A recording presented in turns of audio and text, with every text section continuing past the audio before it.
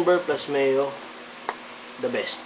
Ito yung ginagawa kong pamalit ngayon kapag, alam mo, crave ako ng chichirya.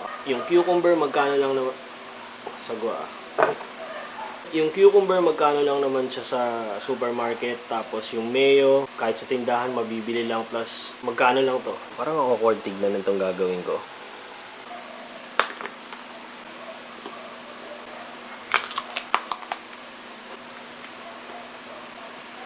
Plus, mas mababa yung calories niya kaysa sa mga chichirya na nabibili nyo. May naiinggit. So, nandito na tayo sa office. Trabaho na ulit. Pakiramdam ko busog na busog pa rin ako dun sa kinain kong cucumber kanina.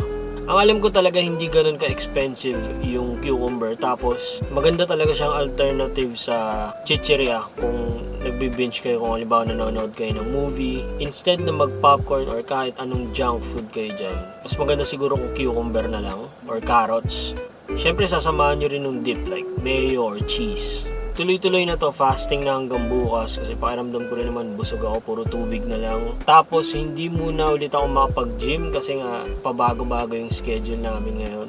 Mag-i-stick na lang muna ulit ako sa home workout like push-up and pull-ups. Meron naman bar sa bahay.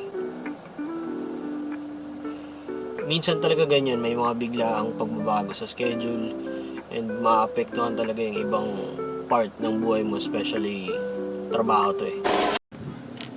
Sobra na naman yung traffic. Legit dito sa Imus. Hindi to Imus kapag hindi traffic dito. Yun lang yung masasabi ko dyan. Okay, so nandito tayo sa may District Mall sa Imus. May bibili lang ako dito saglit.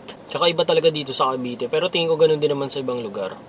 Pero kung tatanungin ako kung anong lugar ako titira, like, wala na ako ibang pipiliin kundi Cavite pa rin. Hindi ko trip sa Manila, hindi ko trip sa Pasay, Pasig, Bulacan, Rizal.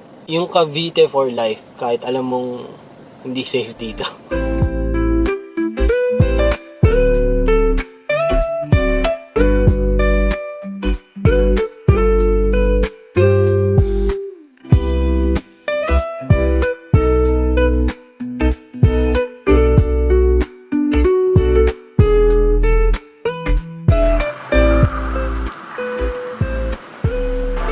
Para sa kapakanan ng montage, gagawin lahat ng angulo.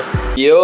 Kapal na ng buhok ko. Siguro mga 3 weeks na hindi nagugupitan. Ito kasing buhok ko, para ma-retain yung hairstyle, kailangan nagpapagupit ako kada 1 week. Sa mga vlog, lagi ako nakasuot ng sombrero kasi ito yun. Talagang ang bilis kumapal ng buhok ko, lalo na pati dito sa likod.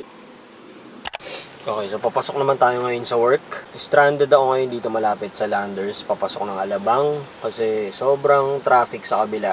Nakapag-U-turn na lang din ako pabalik ng Cavite or pabalik ng Daang Hari. Pero baha na kasi dun sa kabila. Teka lang, wait lang.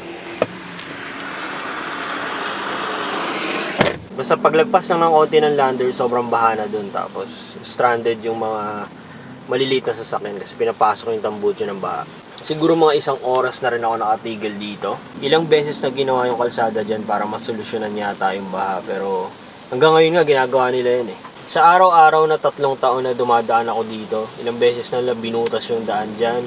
Hinanap kung paano masusolusyonan yung baha. Daw, pero wala. Ganun pa rin. Babaha pa rin talaga ng malupit. So paano yan? Anong gagawin natin dito? Tamewe. Pag umikot naman ako sa MCX, sabi ng supervisor ko, baha daw dun. Siguro mas mainam na decision na magpahupa muna dito. Alam nga naman hindi ako pumasok. Umuwi pa ako. Sayang naman yung biyahe. Sayang yung araw.